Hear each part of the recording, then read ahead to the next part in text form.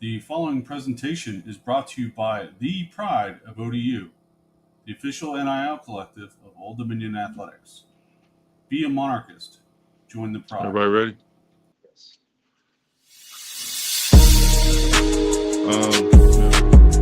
Congrats to Coach Cunningham and Monroe. Obviously, they've been through their own struggles and getting their first conference win. Yeah, I want to give him a congrats because I know how tough it is to do what he's trying to do. It is very disappointing that we didn't answer the call here tonight. Obviously, in the first half, we were a team that just didn't come out ready to play, and put ourselves in a hole and gave them some confidence. And you can talk about the fight, especially at the start of the second half, but just too many breakdowns, too many turnovers, and just crucial moments, too many defensive, just not getting it done in crucial moments, and ultimately that's what cost us. Rebounding tonight, shortly. Offensive rebounds given up. What's the question? Did they just do a really good job, or did we just not do? Super athletic. So if you like, it's a layered thing. They're like us. Like they play four guards and one big, and even the way they started tonight, Sondors, who got hurt, is technically he's a guard because he shoots more threes than he does anything else. Um, so matching up with that, being able to play zone, being able to guard them, um, it had us. We had to play a lot of minutes without Kyle on the floor. We at one point in time had Scotty Hubbard as our five man, especially at the end where we're trying to scramble. And I know a lot of people look at that and be like, well, that's why they got out rebounded. And I mean, does it contribute to it? Yeah, but they just wanted the ball more than we did. And I like that's very disappointing for any coach um, to have to acknowledge that the other team played harder than yours. Um, you know, the physicality, I mean, Broadnex just moved a couple guys out of the way to go get a rebound, and we didn't put up much of a fight. And you can't win that way. How frustrating are in the first half there were four kind of lackadaisical passes that turned into layups and dunks the other way, 8 points. That was a difference at the half, maybe a difference in the game. How do you prevent that? Thoughts on that? Yeah, I mean, you know, believe it or not, we are in the top third in the country in turnovers, meaning that we don't turn the ball over a lot. And then think about some of the turnovers I'm sure each and every one of us in this room can remember us making this season. And if you take away the just awful ones, the bad ones, just think of how much higher we could be. We easily could be a top 50 team. So anytime you go out and you have the lackadaisical passes, just the mind-boggling turnovers for a team that does not turn the ball over, like it's almost tripled as to the confusion that I have as to why that's happening. Again, I can only point to like your mentality, like you're not ready to play, and it's frustrating, and it's why we lost.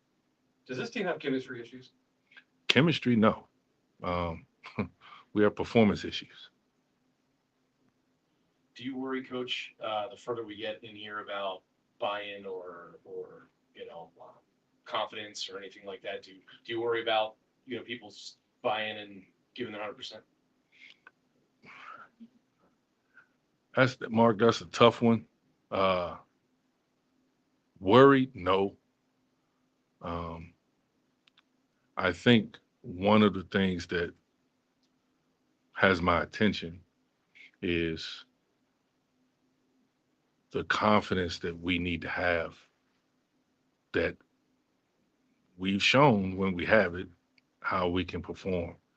And it's just like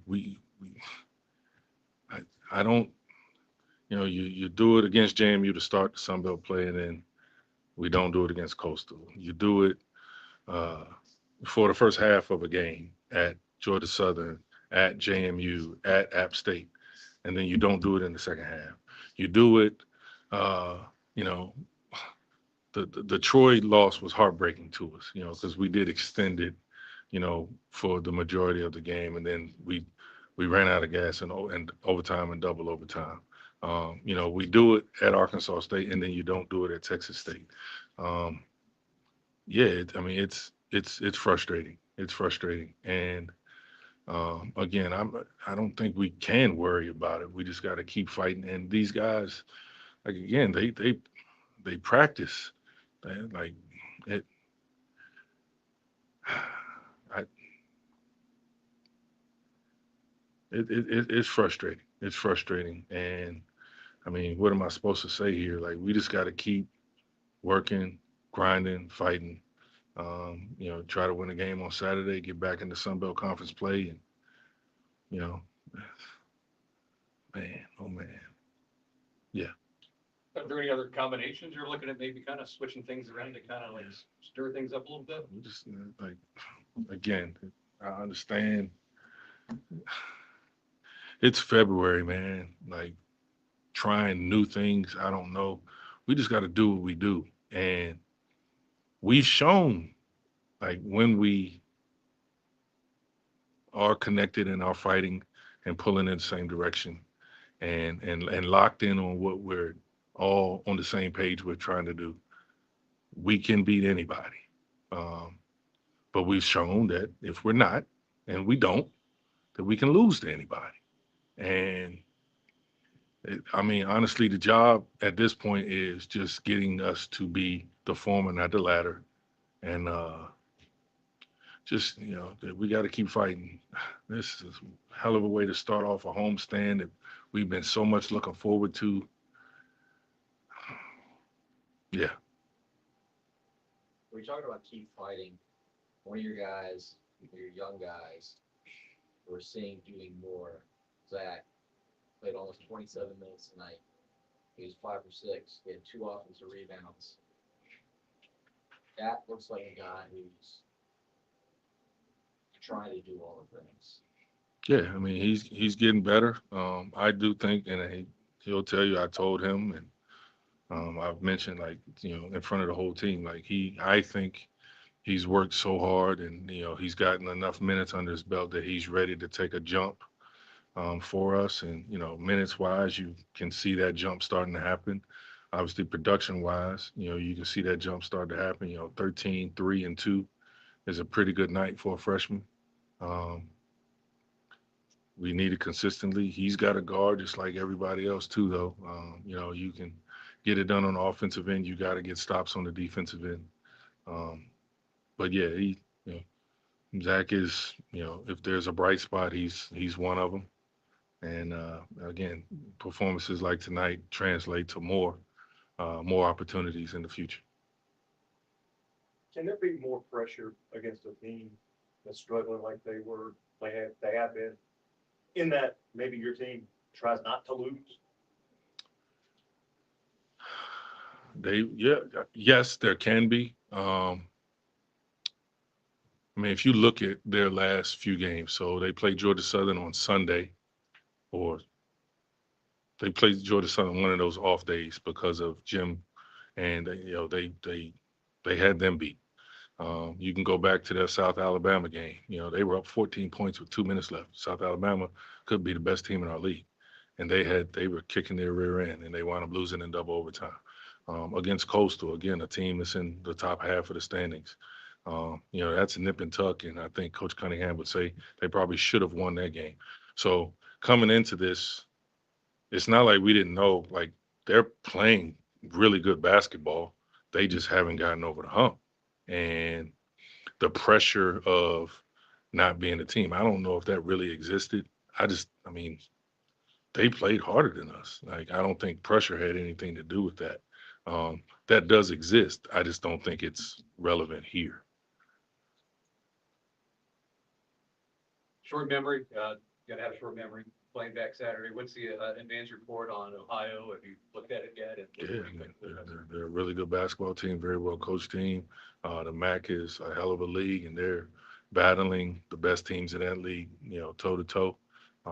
They've got a foreign guard that is really, really, really savvy and runs their team really well. Big fella, number one for them is a load to handle.